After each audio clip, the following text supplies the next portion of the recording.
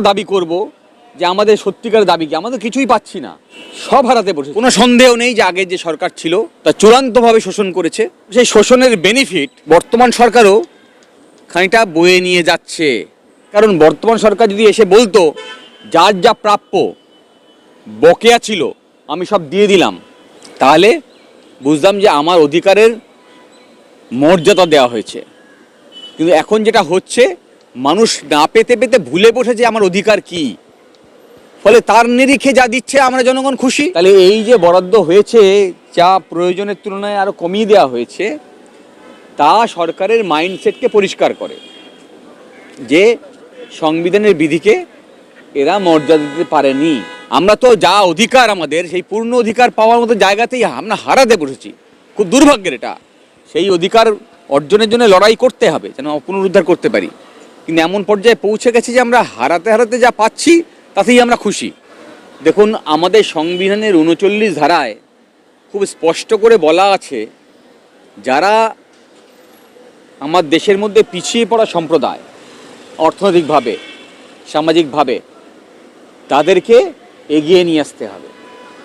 এ কথা বলছি এই কারণে, মুসলিম কমিউনিটি, দলিত বা মতুয়া বা এই ধরনের যারা পিছিয়ে পড়া সম্প্রদায়, এসসি, তারা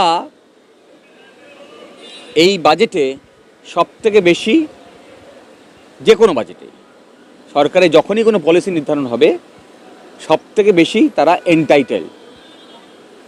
তাহলে এই যে অধিকার সংবিধান দিয়েছে, এই অধিকার দিয়েছে এই কারণ যাতে আমাদের সংবিধানের যে 14 ধারা, যেখানে রাষ্ট্রের দায়িত্ব হচ্ছে সকলকে আইনের চোখে সমানভাবে দেখা, তা যদি করতে হয় তাহলে সকলকে একই স্তরে নিয়ে আসতে হবে।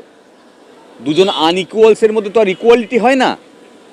যারা সমগোত্রীয় তাদের মধ্যে ইকুয়ালিটির প্রশ্ন আসে। তাহলে যারা পিছিয়ে আছে তাদেরকে সমগোত্রীয় করে তুলতে হবে। তাহলে অর্থনৈতিক বরাদ্দ বেশি হওয়া প্রয়োজন ছিল।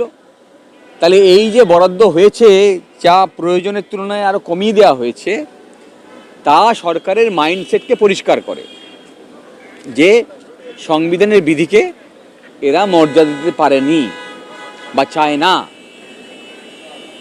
কিন্তু তারপরেও বলবো, এর আগের যে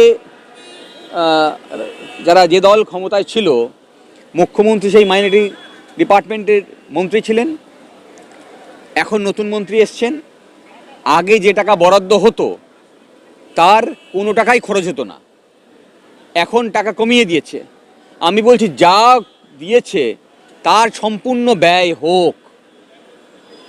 একই কথা যা শুরুতে বলেছিলাম, সম্পূর্ণ ওই টাকাটা যেন সম্পূর্ণ ব্যয় হয়।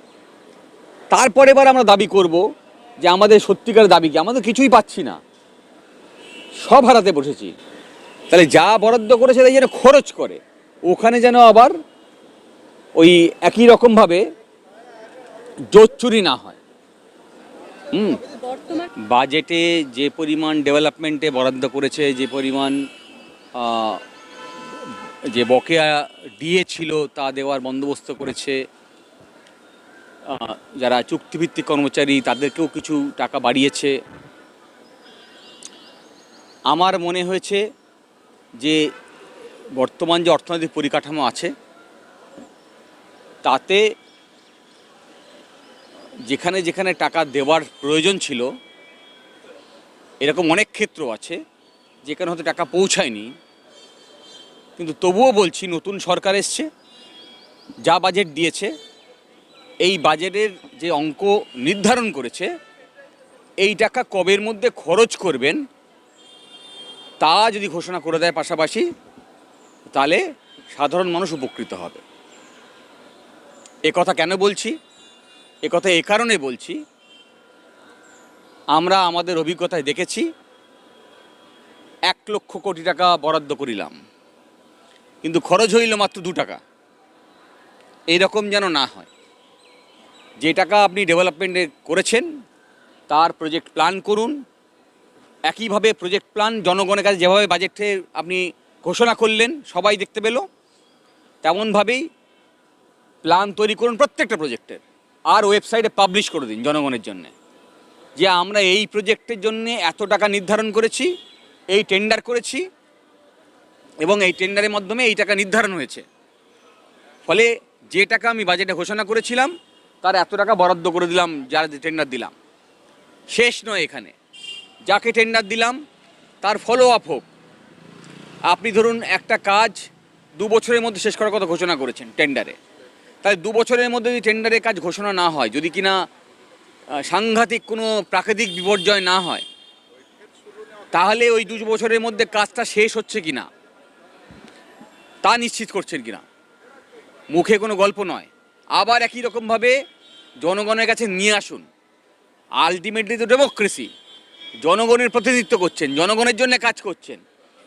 যেমনভাবে বাজেটে ফলাও করে সবাইকে জনগণের কাছে প্রকাশ করলেন, তেমনভাবে জনগণের কাছে প্রতিটি স্তরে ইনফরমেশান যাক, যেন জনগণ আপনার সঙ্গে সঙ্গে একইভাবে চৌকিদারিটা করতে পারে যে তাদের হয়ে যে সরকার কাজ করছে তা জনগণের ভাবনার সঙ্গে সামঞ্জস্যপূর্ণ এবং প্রকৃতই সে কাজটা করছে, কোনো ভাওতাবাজি নয়, কোনো জুজু দেখাচ্ছে না।